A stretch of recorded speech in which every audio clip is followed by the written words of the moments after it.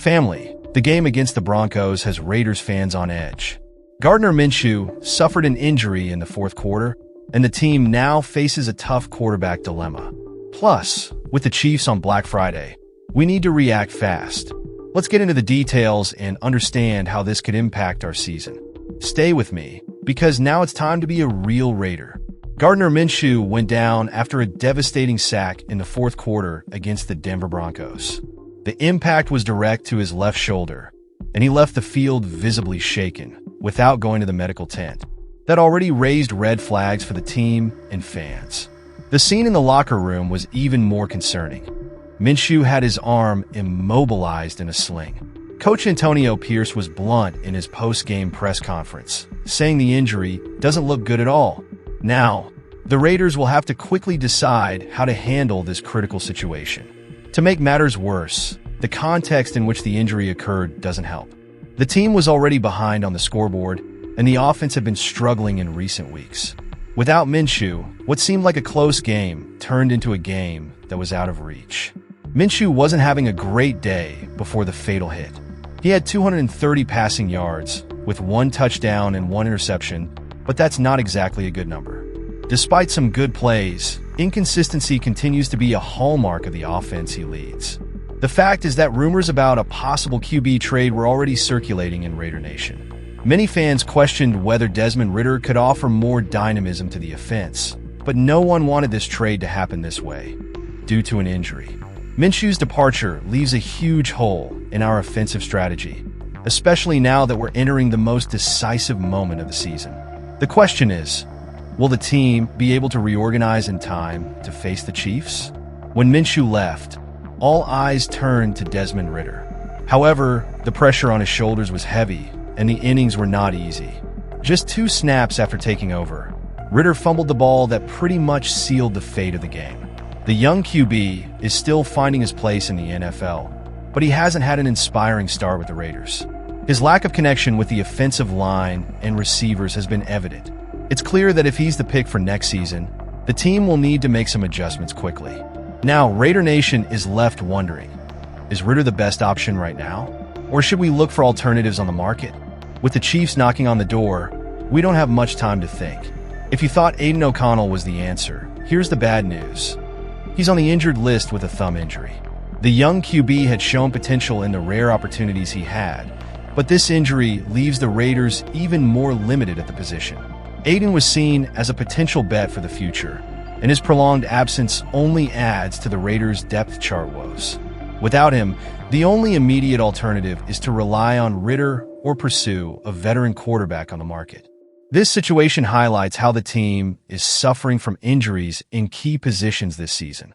The lack of depth in the squad was already a problem, but now it is becoming a matter of survival for the rest of the campaign. If Minshew's injury wasn't already complicated enough, the schedule is not giving any respite. The Raiders' next challenge is none other than the Kansas City Chiefs in the highly anticipated Black Friday game. With Patrick Mahomes and a rising defense, the Chiefs represent one of the biggest threats in the AFC. Additionally, this game could be a turning point for the Raiders season. A win would be an incredible milestone and bring hope to Raider Nation, but with so much uncertainty on offense, the challenge seems monumental. To come out with a good result, the team will need drastic adjustments and a near-perfect performance from the defense. We can't just count on the offense, especially with our quarterback situation. If there was one bright spot in the Raiders' performance against the Broncos, it was Jakobi Meyers. The wide receiver shined once again, showing his consistency and ability in crucial moments. A 20-yard reception early in the game gave the offense a new lease on life. Meyers has been one of the team's most reliable players, often overshadowed by other players but always delivering when needed most. He has already proven to be one of the Raiders' best acquisitions in recent years. With the offense in crisis, Meyers should be even more involved in the upcoming games. He has the talent to be the difference maker against the Chiefs, especially if he gets more opportunities in the offensive scheme. Speaking of offensive pieces, Brock Bowers is yet to be fully utilized as he should have been. The young tight end is explosive and has the potential to change the game in a single play, but against the Broncos he was used very little, which left many fans frustrated. Pierce and the offensive coordinator need to find ways to get the ball into Bauer's hands. He can create mismatches in opposing defenses, especially against teams like the Chiefs who have slower linebackers. Involving Bowers in the game plan will be crucial, not only for the upcoming game, but also for the Raiders' future. He's a weapon who can take pressure off quarterbacks and open up space for other receivers.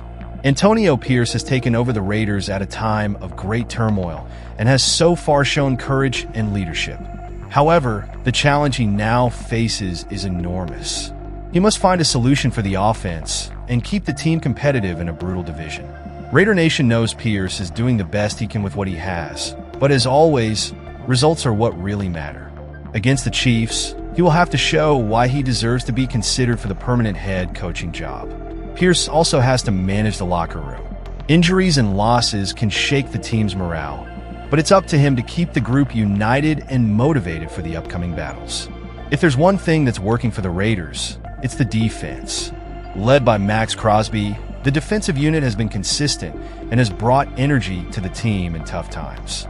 Crosby, in particular, continues to be one of the best defensive players in the league. However, defense alone cannot carry the team.